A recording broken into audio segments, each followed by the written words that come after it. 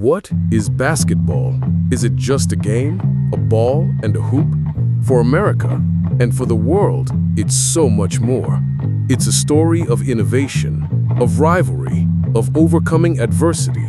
It's the soundtrack of the city, the fashion on the streets, the voice of a generation. It's a saga that began with a simple idea during a harsh winter and evolved into a global spectacle.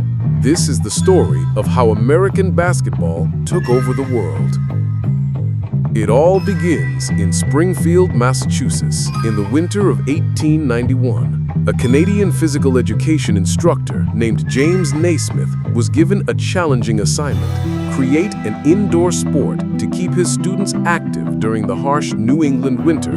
His solution was brilliant in its simplicity.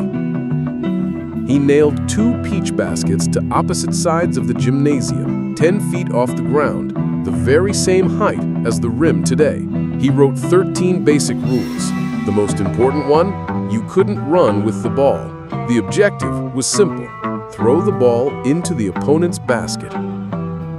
That first game was chaotic, with 18 players on the court at once, but the seed had been planted. The sport spread like wildfire through colleges and communities, a fever that was just beginning. In the decades that followed, basketball went pro. Several leagues popped up, competing for players and fans. It was a wild, unstable era. Then, in 1949, the 2 biggest leagues, the BAA and the NBL, merged to create the National Basketball Association, the NBA. The new league needed a star, a dominant force to draw in the crowds, and they found him in George Mikan. At 6'10", Mikan wasn't just tall. He was the first truly dominant big man in history. He was so impactful that the league had to change the rules because of him, like widening the lane. Leading the Minneapolis Lakers, Mikan won 5 titles in 6 years, establishing the NBA's first great dynasty. He proved that basketball could be a spectacle built around larger-than-life stars.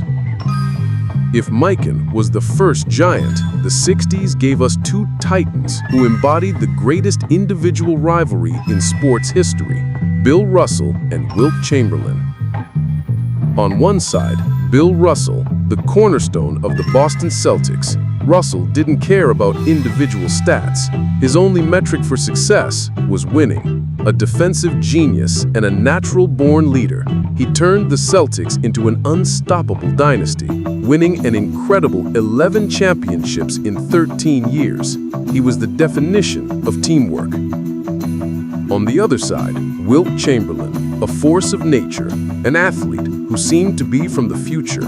Wilt was a statistical machine. He once averaged over 50 points per game for an entire season. And of course, he delivered the single greatest individual performance in sports history, scoring 100 points in 1 game.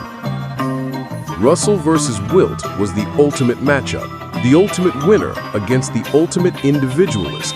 While Wilt shattered records, Russell collected rings. This rivalry elevated the game and captivated a nation, all set against the backdrop of the turbulent civil rights movement, where these 2 black athletes became icons far beyond the court. But despite the Russell-Wilt rivalry, the NBA faced a crisis in the 1970s. Ratings were down, and the league desperately needed a shot in the arm. And salvation came in the form of 2 players who were opposites in almost every way, but equal in their genius. Larry Bird, the hick from French Lick, a small-town blue-collar kid with a deadly jump shot,